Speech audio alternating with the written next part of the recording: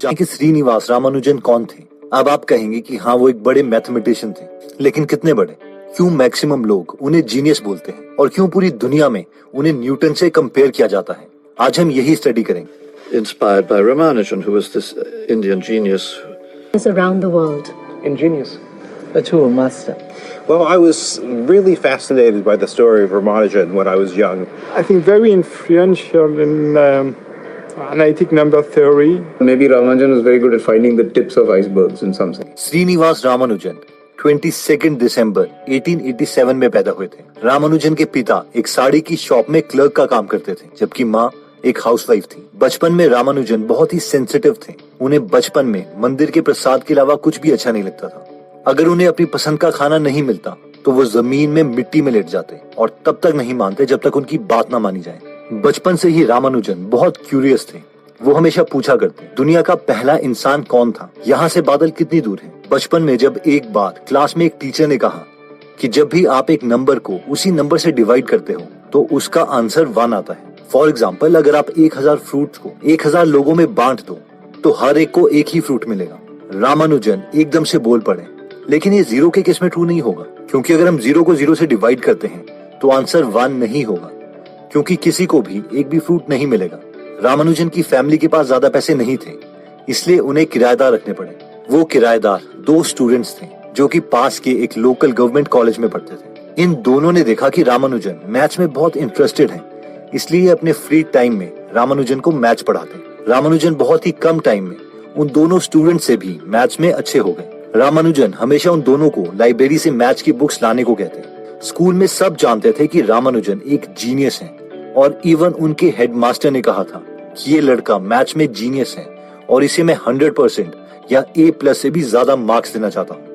School में तो रामानुजन बाकी सब्जेक्ट्स भी पढ़ लेते थे, इसलिए उन्हें कॉलेज के लिए फुल स्कॉलरशिप मिल गई। लेकिन कॉलेज तक पहुंचते पहुंचते उनका मैथ्स में बहुत ज्यादा इंटरेस्ट हो गया था और वो बाकी सब्जेक्ट्स नहीं पढ़ते थे और मैथ्स के अलावा बाकी सारे सब्जेक्ट्स में फेल हो जाते। कॉलेज में भी सब जानते थे कि रामानुजन मैथ्स में सबसे अच्छे हैं, क्योंकि मैथ्स के 3 घंटे के पेपर को वो 30 मिनट में कंप्लीट कर देते थे। जिन क्वेश्चंस को प्रोफेसर 12 से 15 स्टेप्स में करते थे, रामानुजन उन्हीं सवालों को 3 स्टेप में सॉल्व कर देते थे। लेकिन इन सब के बावजूद रामानुजन की स्कॉलरशिप कैंसिल कर दी गई और उन्हें कॉलेज छोड़ना पड़ा, क्योंकि वो बाकी सब्जेक्ट्स में पास ही नहीं हो पा रहे थे। वो ट्यूशन भी नहीं ले रहे थे, क्योंकि बुक्स में मैथ्स के सवालों को सॉल्व करने का तरीका उन्हें पसंद नहीं था। ये सब देख के रामानुजन की माँ बहुत परेशान हो गई और उन्हें लगा कि शायद शादी के बाद रामानुजन अपनी रिस्पॉन्सिबिलिटीज को समझ जाएंगे, इसलिए उनकी शादी जानकी से करवा दी गई। उस वक्त जानकी की एज सिर्फ 10 साल थी और छोटी एज में शादी करना उस वक्त एक कॉमन बात थी। शादी होने के बाद रामानुजन को लगा कि अब उन्हें किसी तरीके से पैसे कमाने पड़ेंगे और इसलिए वो जॉब के लिए अप्लाई करने लग गए। अपनी मैथ्स की नोटबुक्स लेके वो सबको दिखाते, लेकिन उन्हें कोई जॉब नहीं देता। लेकिन फाइनली उन्हें मद्रास पोर्ट ऑफ ट्रस्ट में जॉब मिल गई और वो सर फ्रांसिस और नारायण अय्यर के ऑफिस में एक अकाउंटिंग क्लर्क की जॉब करने लग गए, जिसके लिए उन्हें 30 रुपए हर महीने मिलते थे। सर फ्रांसिस और नारायण अय्यर को पता था कि ये लड़का मैथ्स में बहुत अच्छा है, इसलिए वो रामानुजन की मदद करने लग गए। सर फ्रांसिस ने रामानुजन को एनकरेज किया कि वो कैम्ब्रिज यूनिवर्सिटी के प्रोफेसर्स को लेटर लिखें और अपना काम दिखाएं। फाइनली रामानुजन ने 3 प्रोफेसर्स को लेटर भेजा। 2 प्रोफेसर्स ने उनके लेटर्स को रिजेक्ट कर दिया, जबकि एक प्रोफेसर को उनका काम बहुत पसंद आया और वो लेटर देख के ही जान गए थे कि ये इंसान जीनियस है। इस प्रोफेसर का नाम था G.H. हार्डी। ये लेटर बहुत ही इंटरेस्टिंग था, इसलिए बहुत यूनिवर्सिटीज में मैथमेटिशियंस को ये दिखाया जाता है। इस लेटर में कुछ इस तरीके से लिखा हुआ था, डियर सर, मैं एक अकाउंटिंग क्लर्क हूँ मद्रास इंडिया में और मेरी 1 साल की सैलरी 20 पाउंड है। मैं 23 साल का हूँ, मेरे पास कोई यूनिवर्सिटी डिग्री नहीं है और मेरे पास सिर्फ स्कूल जितनी एजुकेशन है। मेरे पास जितना भी फ्री टाइम होता है उसे मैं मैथमेटिक्स में लगा देता हूँ। मैंने डाइवर्जेंस थियोरी पर भी काम किया है और लोकल मैथमेटिशियंस उनके रिजल्ट्स को आउटस्टैंडिंग बोलते हैं। मैं इस लेटर के साथ आपको अपनी कुछ थियोरम्स भेज रहा हूँ। अगर आपको इन थियोरम्स में कुछ वैल्यूएबल लगता है तो मैं चाहता हूँ कि मेरे काम को पब्लिश किया जाए। Yours truly, S. रामानुजन। उस वक्त हार्डी को बहुत से ऐसे लेटर्स मिलते थे जिसमें लोग क्लेम करते थे कि उन्होंने बड़ी बड़ी डिस्कवरीज की हैं, लेकिन हार्डी बोलते हैं कि मैं पहली लुक में ही जान गया था कि ये लेटर उन कैटेगरी में नहीं है। रामानुजन ने इस लेटर के साथ करीबन 50 थियरम्स भेजी थी, जिसमें से एक मुझे बहुत अच्छी लगी क्योंकि वो बहुत नॉन इंट्यूटिव है। आई होप आपको भी ये बहुत अच्छी लगेगी। मान लीजिए मैं आपको बोलता हूँ 1 + 2 + 3 + 4 + 5 + dash dash dash up to infinity, तो इसका सम क्या होगा?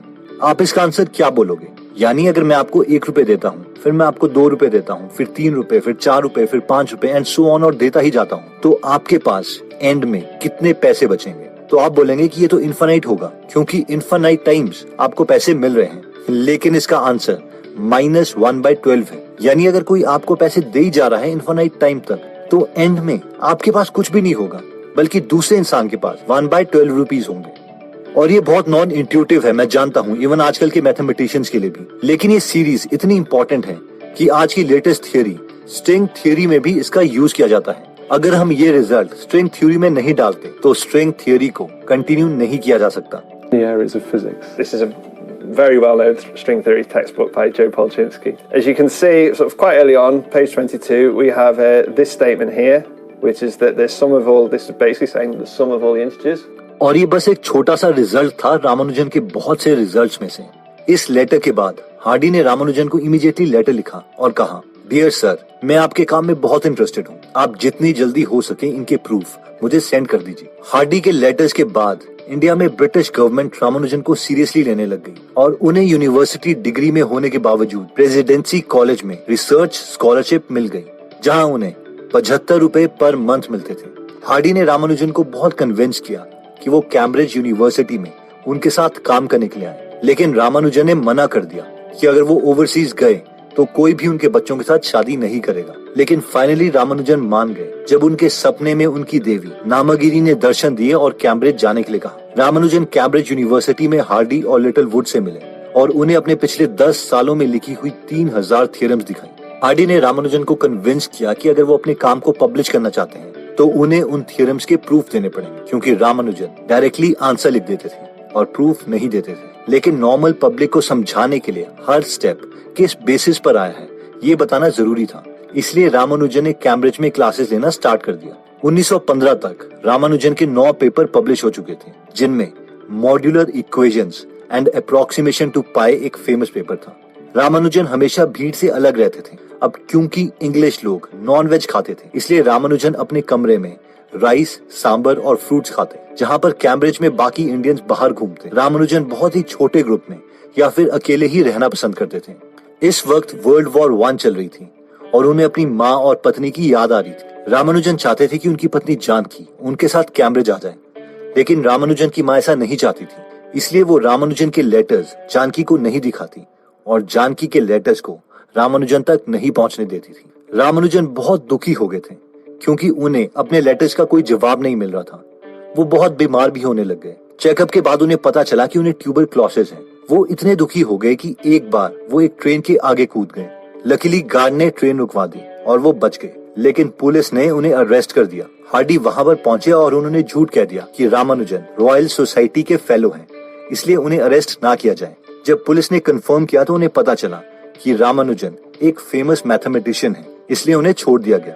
लेकिन ये झूठ बहुत ही जल्दी सच हो गया और रामानुजन को एक्चुअल में रॉयल सोसाइटी का फेलो बना दिया गया और रामानुजन से एस रामानुजन FRS बन गए। जिन्हें नहीं पता, FRS एक बहुत ही सिग्निफिकेंट ऑनर है जो कि बहुत ही फेमस साइंटिस्ट को मिला है, जैसे कि आइजैक न्यूटन, माइकल फैराडे और Albert Einstein. Indian mathematical society में रामानुजन की बहुत तारीफ हुई और जर्नल के फ्रंट पेज में उनका नाम पब्लिश किया गया। रामानुजन को लगा कि इंडिया जाके शायद उनकी तबीयत ठीक हो जाएगी, इसलिए वो इंडिया वापस चले गए। लेकिन इंडिया वापस आके उनकी तबीयत और बिगड़ गई। उन्हें बहुत पेन होता था, लेकिन फिर भी वो मैथ्स की प्रॉब्लम सॉल्व करते रहते और अनफॉर्चुनेटली 1 साल के बाद उनकी डेथ हो गई और वो बहुत ही छोटी उम्र में 32 साल में मर गए। हार्डी को जब इस बात का पता चला तो वो बहुत ही दुखी हुए। हार्डी कहते हैं कि मैं बहुत लकी हूँ कि रामानुजन ने मुझे लेटर लिखा और सबसे पहले वो मुझे मिले। रामानुजन से मैंने बहुत कुछ सीखा है। मरने से 3 महीने पहले रामानुजन ने हार्डी को एक लेटर लिखा था। उन्होंने अपनी हेल्थ के बारे में उस लेटर में कुछ नहीं बताया था और बस यही लिखा था कि मैंने रिसेंटली बहुत ही इंटरेस्टिंग फंक्शंस डिस्कवर किए हैं, जिन्हें मैं मॉक थीटा फंक्शंस कहता हूँ। ये मैं आपको सेंड कर रहा हूँ। आई होप आपको पसंद आएंगे। तो दोस्तों, इस वीडियो में हमने श्रीनिवास रामानुजन की लाइफ स्टोरी के बारे में देखा। जब भी मैं रामानुजन की स्टोरी के बारे में पढ़ता हूँ तो मुझे हमेशा दो चीजों से काफी दुख होता है। एक तो यह है कि रामानुजन 32 साल में ही मर गए। अगर वो एक नॉर्मल लाइफ स्पैन भी जीते, जैसे कि 60 से 70 साल, तो वो बहुत सी डिस्कवरीज कर सकते थे। दूसरा दुख मुझे इस बात का होता है कि जब तक ब्रिटिशर्स ने रामानुजन के टैलेंट को नहीं पहचाना, इंडिया में उनकी कदर नहीं हुई। और अगर वो हार्डी को लेटर नहीं लिखते तो शायद हमें उनके बारे में पता भी नहीं होता। और इससे बड़े दुख की बात तो ये है कि क्या ऐसे केसेस एक्चुअल में इंडिया में हुए होंगे कि कोई टैलेंटेड तो है लेकिन उसके टैलेंट को हम पहचान ही नहीं पाए, इसलिए उसका कभी पता ही नहीं चला और शायद वो ऐसे ही स्ट्रगल करते करते रह